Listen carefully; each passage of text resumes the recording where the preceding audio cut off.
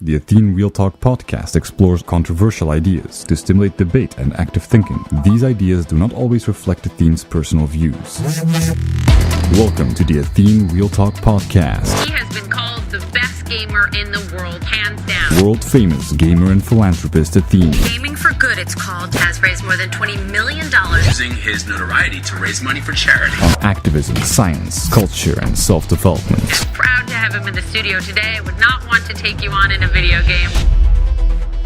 Nice way of seeing things, Athene, banning away your small leftover community. I don't need a community. I need people to think for themselves. I want the best for people. And if that means that my community dies, well, then so be it. Because their lives is more important than this shitty community. I care more about your own life than about my own money or pleasure or whatever. And that's why I don't mind making decisions that make me look really bad if I know it will help you. Maybe you can go to another streamer that doesn't care about you. But I do really care. That's why I do these things. Xades says, Athene, of course we can refuse. You say that your theories are revolutionary. But in reality, no one with a background in neuroscience agreed on it or didn't even bother about it. Xades, let me ask you a question. And it's something very important for you to understand. When you say a neuroscientist didn't agree on it, why would you give your authority to a neuroscientist? You might say, because they studied neuroscience, right? But when you read about the brain, what does a neuroscientist so much know about the brain? They don't know so much. When you think about the brain, actually, there's not so much known about the brain at all. You can actually do a little Google search. When I talk about the theories that I'm talking about, I refer to actual scientific peer-reviewed papers. You can actually look it up. Gods and Neurons, a lot of it has changed, has been removed. But in the Real Answer book, when you check Real Answers, the ebook has all sources. You can literally just go and read it up. You can literally take a week of your time, it doesn't even need a week, a few days, to go through all of that and see, does it make sense what he says, and actually think for yourself. You could do that. And why would you then give your authority to a random neuroscientist? You know, neuroscientists say A, B, they contradict themselves all the time. Why would you give away your authority? That's my question. If a neuroscientist comes tells you, it's like, your head is going to blow up, you're going to believe that? Of course you're going to say, no, of course not. If a scientist comes to you and says, global warming is bullshit, would you believe that? So no, it's obviously real. I mean, there's so many papers. There is scientists says that global warming is not real. They sell their credentials. It's up to you at the end of the day to think critically. It's up to you to look and listen to what I say and think objectively and think using logic yourself and think critically whether I'm moron or not. Don't have other people tell you what to believe. I'm telling you, think for yourself. That is my core, my essence of my message. It's not like this or that. My core of my message is think critically for yourself. And doing so requires you to not be a slave of what emotionally drives you. Because as long as you're a slave of comfort or whatever, you will always use reason as a slave for that. But once you replace it with logic, you start thinking logically and both hemispheres are starting working together.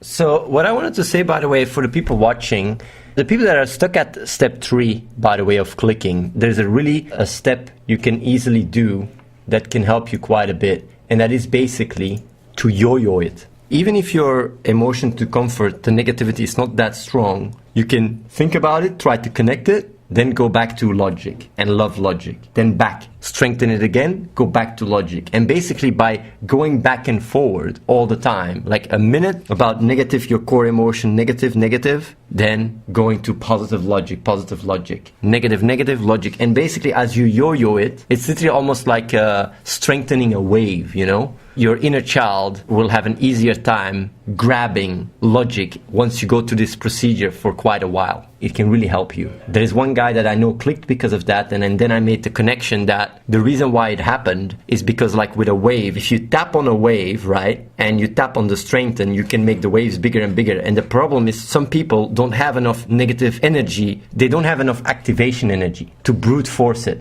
And therefore, when you go back and forward from love to logic to negatively your core value, if you do that process over and over again, you don't need as big of an activation energy because it starts swinging more and more and the emotions become more and more strong on both ends. So it would be really cool if you guys could try that. So basically you go to the step 3 after going to step 1 and 2 is you connect a negative emotion to your comfort or whatever, really emotional. And then you go back to loving logic. You go like, oh, logic is so amazing, and you imagine that. Then you go back to your inner child core emotion, then you go back to logic. I guess I explained it well, right?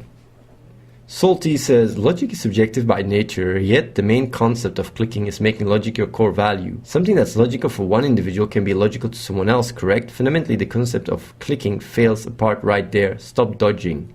I've already said it, and I said it again, and I'm gonna repeat it myself again, and honestly, I will even say, my answer won't do anything for you. You will just come with something else and start ranting about that, even though I will completely debunk what you just said.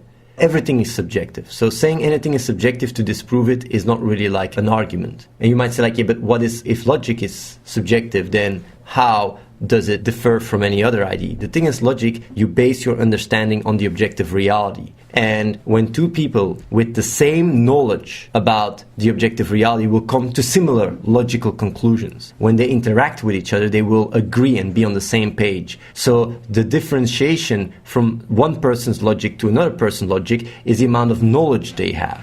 And that's the thing. And the knowledge also includes the connections they make. Because if you connect two pieces of the puzzles, that's also part of knowledge. So if two people have similar knowledge, they will come to similar conclusions. Maybe you made a connection that the other person didn't make, and then you have more knowledge. And then you just explain it, and the other person will go, okay, so logic is always incomplete, but gets more and more accurate with the objective reality as you get more information and more data.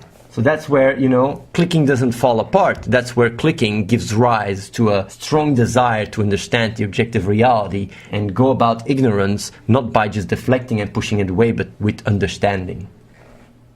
Hurdlecar says, Athene, how would you define a logic action? How do I differentiate a non-logic action? A logical action would be something you do that is in line with what you are. An illogical would be something that goes against what you are. And in order to understand what you are, you got to understand evolutionary biology and neuroscience. And the moment you do so, you start realizing like, hey, wait a minute, I am here in order to evolve as a superorganism. So a logical action would be, how do you most effectively evolve as a superorganism? Illogical action would be something that goes against that. And you go like, yeah, but what about my own? Yeah, of course, it's in the most collective way. So basically eating and making sure you can, for example, spread the click or whatever becomes a very logical thing to do, because you literally replicate yourself. Because a lot of people, like nature used to replicate itself through DNA, but now you can replicate yourself through thoughts and awareness and ideas. And that is what made us so compatible. Even though our DNA and our biology is quite primitive, we're very flexible because of our ability to adopt new ideas and beliefs. Our revolution was not a genetics one, was a mimetics one. What if you skip the whole logic step and just go directly to happiness? Seems illogical to take one extra step to be happy. But you know what's illogical is to think that you're designed to be happy. You think you're designed to be happy. You're not designed to be happy. Happy is a side effect of evolution. Happiness is there so it allows you to evolve more efficiently. And the problem is you've just turned it upside down. And that's why there is even studies, if people try to really aim their goal in life to be happy, they're actually overall less happy. So by trying to aim for something that is a side effect, you're actually going against what it is. And that is why doing what you're actually designed to do, which is, being in line with reality, will bring you a lot more happiness than just focusing on being happy. And that's the paradox that a lot of people believe when they grow up. They think life is all about happiness. It's not about happiness. You think these chemicals release because that's why you exist? Not at all. If you hurt your knee or you hurt your toe by bumping it, why does it hurt? Because it allows you to avoid that kind of behavior. Happiness is just merely a reward system that you have. And the funny thing is that reward system gets initiated and triggered by what you connect it to. And that's what allowed us as humans to thrive. And the reason why, we're so flexible is because we changed it. It's interchangeable. And nowadays it's really dominated by comfort. If you have children, it might become family instead. And doing so really allows you to constantly feel rewarded for what you believe provides you safety or what you believe you're designed to do. And the thing is, evolution, evolving as a superorganism is literally why you exist. And the best way of going about it is by understanding what you are, and that is logic. It's the consistent patterns that bring you about. Lolik says, when people start clicking globally and issues on Earth are fixed, what is going to be the next step as utopia? Go to other planets? No. I think intersolar travel won't happen. I think by the time we have the technology to even do so, we will already have reached the singularity. And I think the singularity will turn us from 4-dimensional into 5-dimensional beings, maybe into 6-dimensional beings. That's what I think.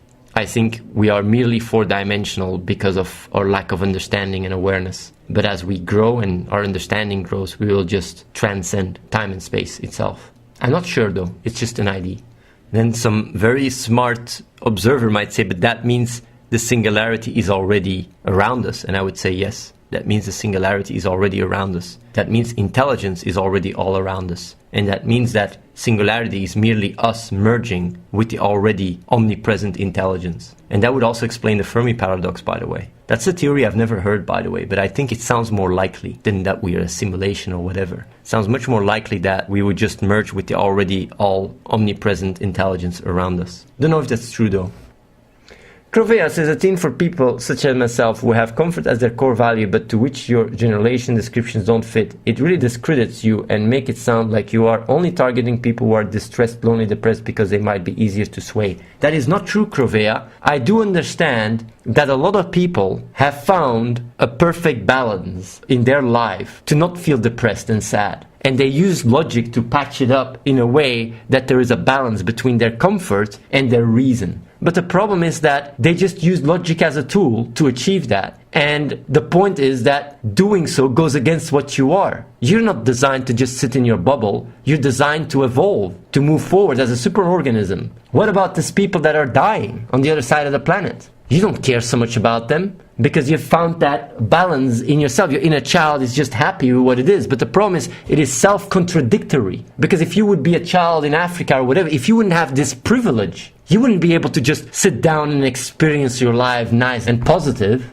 And that's what happens when everything goes your way, it's all fine. But the moment the world doesn't go your way, you start questioning. And the thing is, like, if the objective reality is your frame of reference rather than the intersubjective reality, then you always can fall back no matter what happens. All your morals, all your ethics are merely a tool to provide for your comfort. And that's why when you see what happened in World War II or whatever, when people just started behaving like animals, it's because the intersubjective reality went that way and people just went that way as well. And that's the thing, what people don't realize is all these arguments of ethics and morals, it's just all a lie. Most people don't care about these things. They just use them because it provides for their safety. If it changes, they just change. They don't fall back on this true reasoning and understanding of what they are and how it all interconnects itself.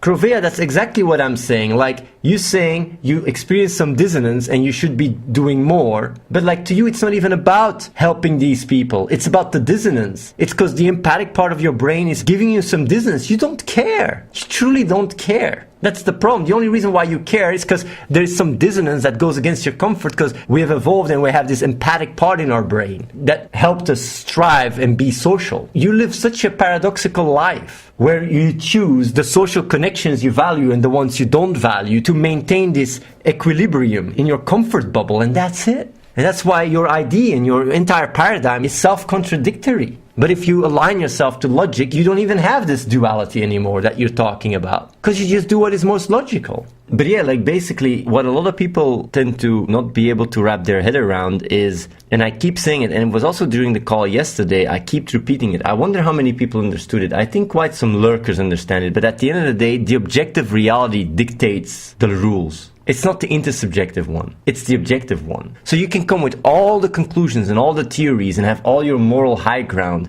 If you're in front of an objective reality issue, they will all just be thrown in the garbage. And that's the point. And that's my reality. That's the world I live in. I live in the world of the objective reality, where ideas and thoughts and ideologies make room for the actual reality. And you might say like, yeah, but why do you want to spread this ideology then, or whatever? Like, because the ideology means aligning yourself with this objective reality. It's a paradigm that makes you a lot more capable and compatible with it. So that's something that I say a lot. And the problem is with a lot of people that live and grow up and are very spoiled, they don't have that awareness. They think they have this moral high ground and can be keyboard warriors. But when you put them in the desert or when you put them in a war zone, their entire world will crumble and they will just submit to the objective reality. The only reason why people submit to the intersubjective one is because they have the luxury, the privilege to do so. But once the objective reality is right in front of you, which it is, whether you get cancer from smoking or whether you get rejected because of social anxiety as a result of duality, the objective reality is there all the time. And maybe your intersubjective understanding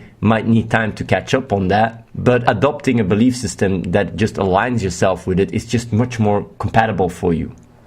What if the emotional bond to my core value is too strong to let logic replace it? Well, jeeps, that's exactly the thing. That's why you have to go through the 4 steps, because you have to realize that on a fundamental level, your inner child has to realize that your core value is doing more damage than good. And if you do that, and at the same time, you strengthen your love for logic and you go back and forward like a yo-yo effect, you start more and more being despised of your current core value emotionally. And at a certain point, your inner child doesn't want it. It pushes it away and will jump and cling on to logic depending how much you love it. It will be easier or harder. So yes, indeed, that's exactly the thing. The 4 steps is emotional.